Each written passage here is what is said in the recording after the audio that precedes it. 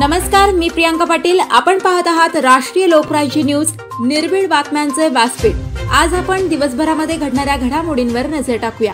जोरात चापट पडली आणि आयुष्य संपलं। शिर्डीत घडलं भयानक। शिर्डी येथील नगर मनमाड महामार्गावरील खंडोबा कॉम्प्लेक्स जवळ मध्यरात्री घडलेल्या धक्कादायक घटनेत झोपलेल्या एका व्यक्तीच्या खिशातून पाकिट चोरण्याचा प्रयत्न करताना चोरट्यांनी त्या व्यक्तीच्या कानशिलात जोरात चापट मारले।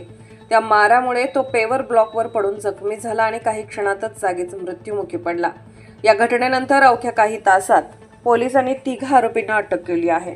याबाबत पोलीस सूत्रांनी दिलेल्या प्राथमिक माहितीनुसार मृत व्यक्ती खंडोबा कॉम्प्लेक्सच्या बंद असलेल्या दुकानासमोर अनोळखी इसम झोपलेला असताना किरण नंदकुमार काळे राहणार नांदूर, शिंगोटे तालुका सिन्नर जिल्हा नाशिक, विजय राजू जाधव राहणार निमगाव तालुका राहता आणि ऋषिकेश शिवाजी अंधारे राहणार गंगापूर तालुका कळमनुरी जिल्हा हिंगोली या तिघांनी त्याच्या खिशात हात घालून पैसे चोरण्याचा प्रयत्न केला। यावेळी झोपेतून जागा झालेल्या व्यक्तीने प्रतिकार केला। त्यातून झालेल्या झटापटीत ऋषिकेश अंधारे यांनी त्या व्यक्तीच्या कानशिलात जोरदार थप्पड मारले। या जोरदार धक्क्याने तो व्यक्ती मागे कोसळला आणि डोक्याला गंभीर इजा होऊन जागीच बेशुद्ध झाला। काही क्षणातच त्याचा मृत्यू झाला। घटना घडल्यानंतर काही वेळातच पोलीस निरीक्षक रामेश्वर कायंदे आणि त्यांचे गस्ती पथक खंडोबा मंदिराजवळ हमसफर ट्रॅव्हल्स ऑफिसच्या समोर गस्त घालत असताना सुमारे 45 वर्षीय एक अनोळखी पुरुष पेवर ब्लॉकवर पडलेला दिसून आला।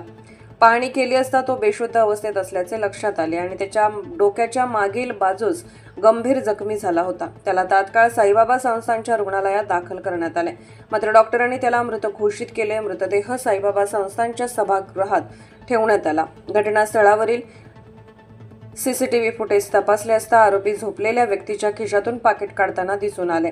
पोलीस सूत्रांच्या माहितीनुसार मयत व्यक्तीची ओळख अद्याप पटलेली नाही। तो भीक मागणारा किंवा स्थलांतरित मजूर असण्याची शक्यता वर्तवण्यात आली आहे। मृतदेहाचे शवविच्छेदन शासकीय रुग्णालयात करण्यात आले आहे। शिर्डी प्रतिनिधी रोहित गवळीसह प्रवीण शहाराम गायकवाड। ताज्या बातम्यांसाठी आणि अपडेट्ससाठी राष्ट्रीय लोकराज्य न्यूज चॅनलला सबस्क्राईब करा, तसेच लाईक आणि शेअरही करा।